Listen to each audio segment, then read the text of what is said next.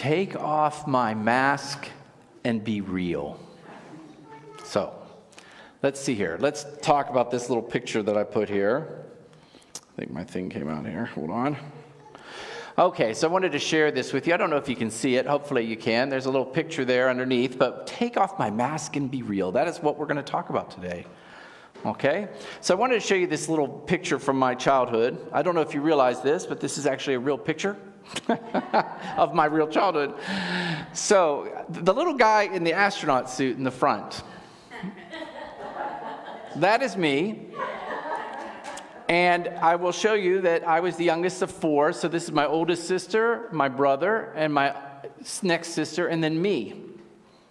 So we're going to talk about this whole tradition of Samhain. Samhain is the root cause, the pagan tradition that Halloween came from. And I thought it was fascinating to talk about this today because oftentimes when you go to spiritual centers or churches, we kind of glaze over Halloween, don't we? It's like, oh, that's something. And yet so many people really resonate with Halloween, the idea of dressing up. And so I don't know if you realize this, but originally this was a time where it was a sacred ritual. It was a signal that it was harvest time. It was the end of the season. So it was a transition from summer, from working and prosperity into a period of harvest and rejoicing. And what they did is they wore these masks for protection. So you would wear a scary mask because it was believed that this was the time when the spirit world came closest to the physical world. And so wear a mask to scare them away, keep them at a distance. Keep the spirit at a distance. And so it's interesting, isn't it, how this has remained important in our society, isn't it? You know, this whole idea of wearing a mask. And I was invited to a couple parties. I just went to a party this last weekend with a mask. And I'll tell you something that was really interesting. I was walking up the door, and there was a woman in front of me. And I teased her because she had a full frontal mask on. And I was like, oh, that's not safe. Safety alert. I said to her, that's not safe to wear a mask. And she stumbled on the steps to get up into this house. And I thought, this is not safe. And she laughed and she said, I know it is. And then we went into the party, and I kid you not, she was in that party for 15 minutes and next to me. And I didn't know who she was. And she took off her mask, and I realized it was someone that I knew very well. And I was like, oh, it's you. Right? I was like, it's you underneath that mask. So it was really funny. And she said, yeah, it's getting too hot. I can't wear that anymore. I said, exactly. So it is a time when we dress up with masks, and we wear masks to protect ourselves. So I wanted to show you another picture of my childhood and talk about this a little bit. So this was back in the day. This was back in the day when Mom made, or Dad, but Mom made your costumes, right? They weren't pre-boxed. This was before you went to Walmart and bought the set with the mask and everything. This was back in the day when you handmade your costumes, and my mother was very good at that. And as you can see, this is 2 different years in a row, and she actually made all these costumes, and they were handed down. And so on the far right is my sister again, my middle sister, and I'm that little devil. The little devil. And then over here is it the next year, and I want to show you that. So you got a pilgrim, we got a clown. The next year, that's my brother next to me, and he's wearing the pumpkin. And then that's me as a clown. So think about this. That costume literally went down the chain of command, right? My oldest sister had it, then my next sister had it, then my brother had it, and guess what? You got it. I got it. So I want to tell you a favorite story of mine to ease into this mask wearing is I had to wear that pumpkin the next year. But even better yet, it was a weird year.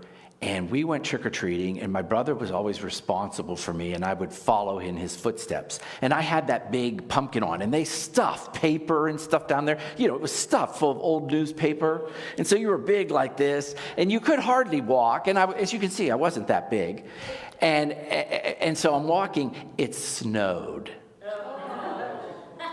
So, do you ever notice how sometimes in your life you have these very clear memories of just a certain point?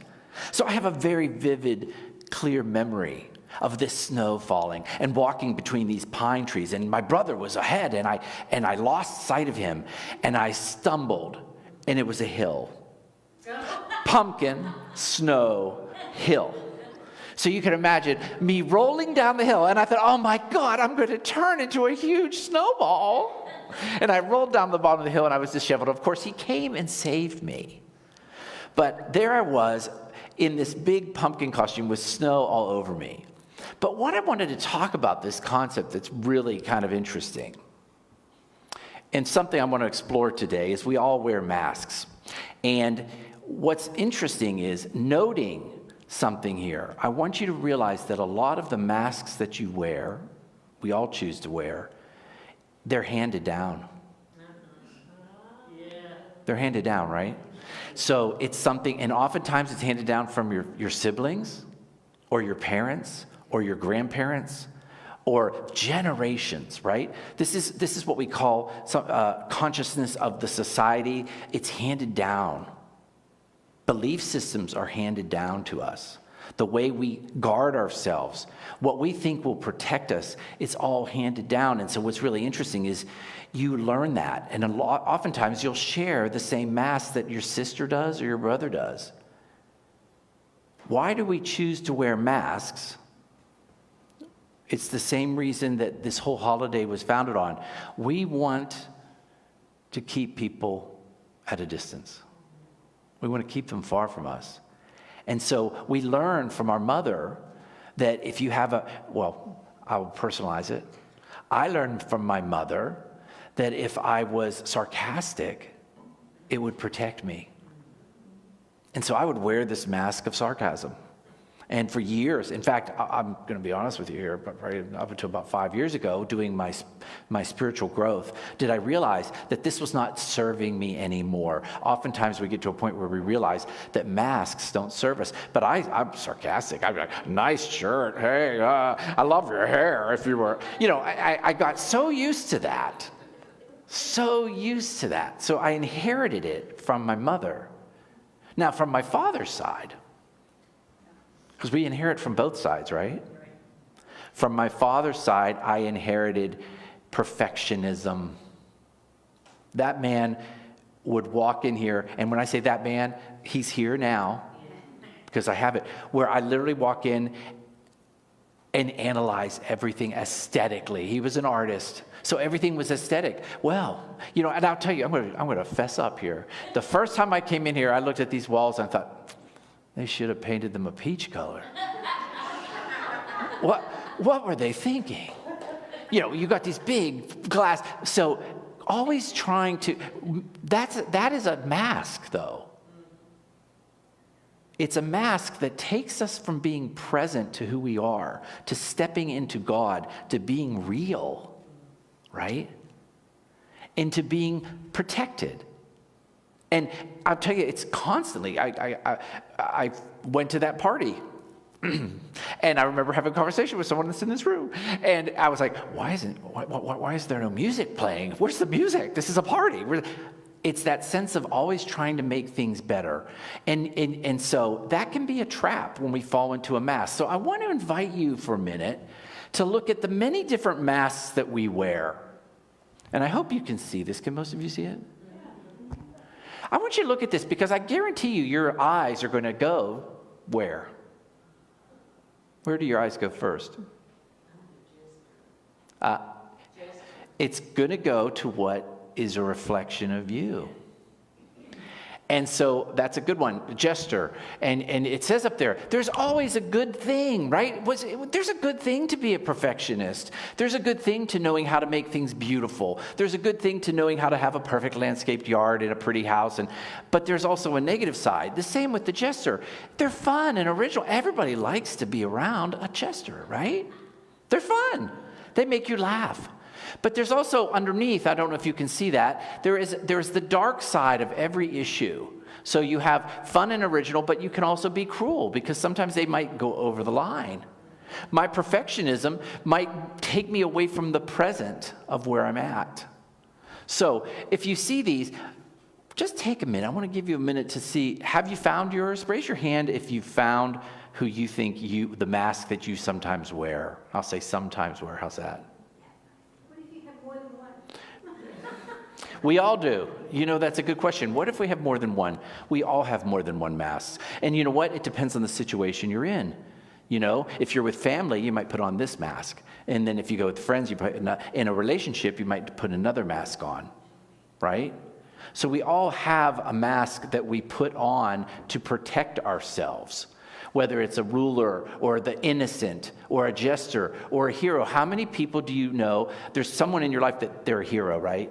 Have you ever had that friend that you call them up and you just want someone to listen and they start telling you how to fix it?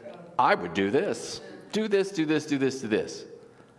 Really, you just want to be present. They should just be present for you. But the hero wants to fix it. They want to be the hero. So this can be a trap for us, and we all do it. And I guess what I want to point out here is this is not a shaming service. I'm not shaming you. I'm asking you to recognize, and that's the key to presence, to recognize what you might fall into when you wear a mask. What are you using to protect yourself from the evil spirits? So now when you go out into this week, you can sit there, and when you do it. So now I had to really consciously practice this, that perfectionism. Because I would invite my family over for a party, and immediately they had an issue. It was I call it, there's another mask that my family wears, and it's the and I don't know if it's up there. It's kind of like the victim, right? Always, can you believe what the government's doing? And look at this, and they raised my taxes. And did you see my water bill? And rah, rah, rah, rah. And so I would invite them over for Christmas, and I'm standing in the room. When I started practicing presence, when I started practicing what I'm going to share with you now is about being in love, being in the state of love, as Ernest Holmes says. I just started coming into a family environment. This is a real challenge for you. And just sit there and watch them. And suddenly my cousin came in and she's bitching about the political election. And then my mother comes in and she's bitching about her water bill. And then my sister comes in and she's bitching. And I'm like, oh my God, victim, victim, victim, victim. But I just stood there and I just noticed it. I have two choices. You have two choices. Do you wear the mask? Do you jump in? Do you jump in and say the same, well, yeah, you're right, the government's really horrible? Or do you just step into what? What am I going to ask you to step into? Love. We step into love. So you might think, oh my gosh, here goes CJ. He's going to tell us who we are, and then he's going to say, okay, be aware and only practice the good things of your mask. Right? I want you to go out there and be the good stuff, but not the bad stuff. Right? But no, I'm not going to tell you that.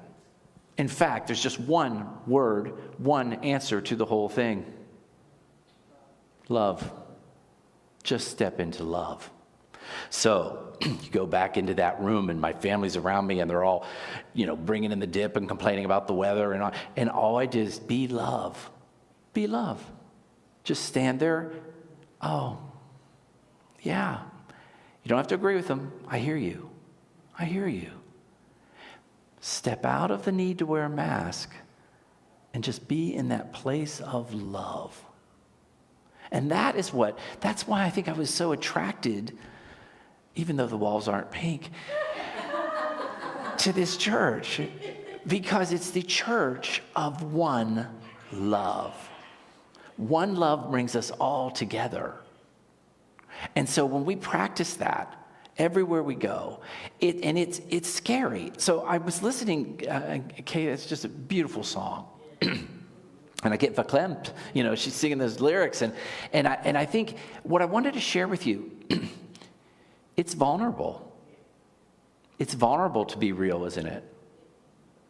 You know, I was sitting here thinking a lot of things while she was singing that song and being moved by it.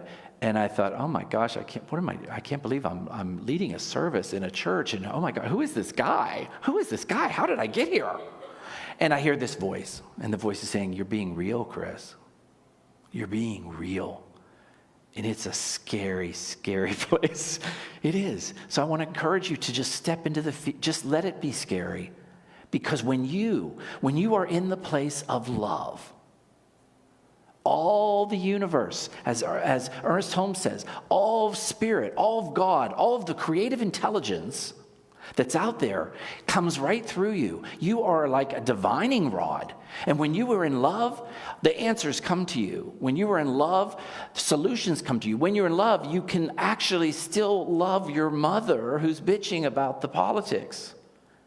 And you can be what she needs you to be. Love.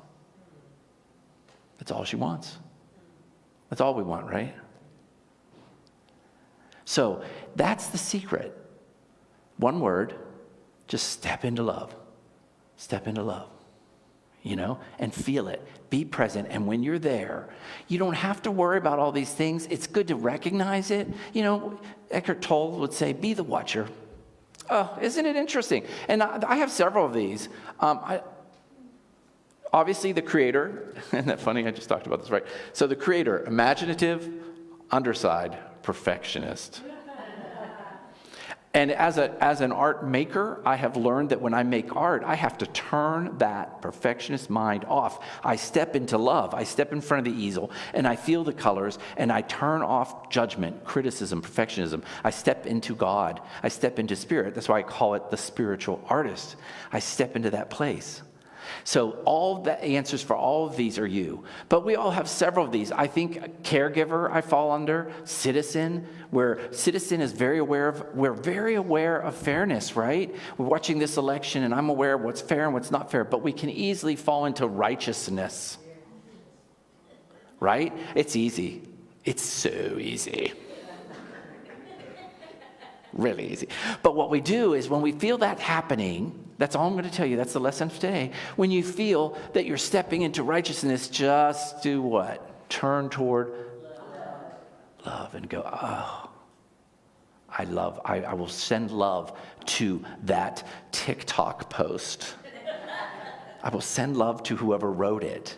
I will know that they're operating with their own masks that have been handed down to them from their family, from society, rules that they've been told, things that they've told they have to be. They're not who they are because their true essence is love. All of our true essence is love. And so it's a great tool to use, but don't get caught in it. Just look at it and go, oh, there I am again being the victim. There I am being sarcastic. There I am. I need to step into love. I need to trust. Trust that spirit, God, creative intelligence, divine intelligence, all that is, has got me. It's got me. So I wanted to share this wonderful little poem that a friend of mine wrote, and I just love it. It's very short. It's called Fully Surrendered by Willeen Dunn. The brooks, rivers, and streams say, follow me.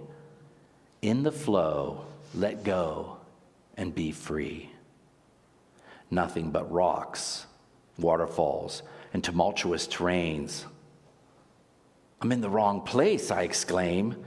Follow me, I hear again. Clinging to a rock, I'm at my wit's end. You've only just begun. Stay with me. Bathe with me here. Let go of the rock where you think you are safe, where the water beats against you and tests your faith. Faith is in the letting go. Follow me in the river's flow. That's all you do is you just step into it. Right? And I thought that was such a beautiful poem. I wanted to share it with you.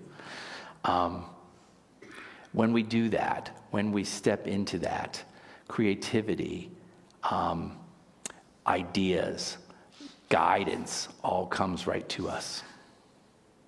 So let's do I want to do a little meditation here now and ask you to go within. Take a deep breath in and out. Feeling the presence of this space, feeling this room around you, knowing that you are grounded in love, that you are real, that there is no one else quite individualized and expressive as you, and yet you are part of all that is. Breathe in that space of knowing that you are grounded and you can give up and let go of any fears, any sense of control, and any mask. So picture yourself knowing the mask that you wear. Put your arms behind you and pull that mask off and say, I'm going to step out. I'm going to step out into the vulnerability of who I am. I'm going to trust. I'm going to stand in faith, knowing that divine intelligence, the power that all that is in me right now, in this moment. The divine intelligence is within me right now, in this moment.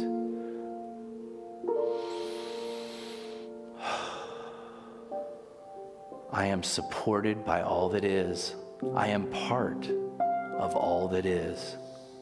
I am guided. I let go. I let the stream take me on a new journey. The mask is left on the shore. I have no need for masks anymore. And if I see someone wearing a mask, I show them my love. I turn toward love. I am real when I stand in love. Just let that wash over you. It's those waves of that creek are flowing by you, and you feel the tickle of the water, and you know that there is a movement and a place and a right action behind all things, and it is guiding you safely to the shore.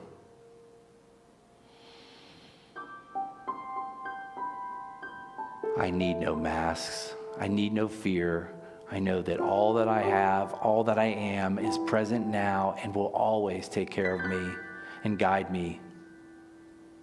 And I truly breathe in the space of this room, the space of the hearts in this room, the space of spirit in this room. The space of God is in me. And so it is. Thank you.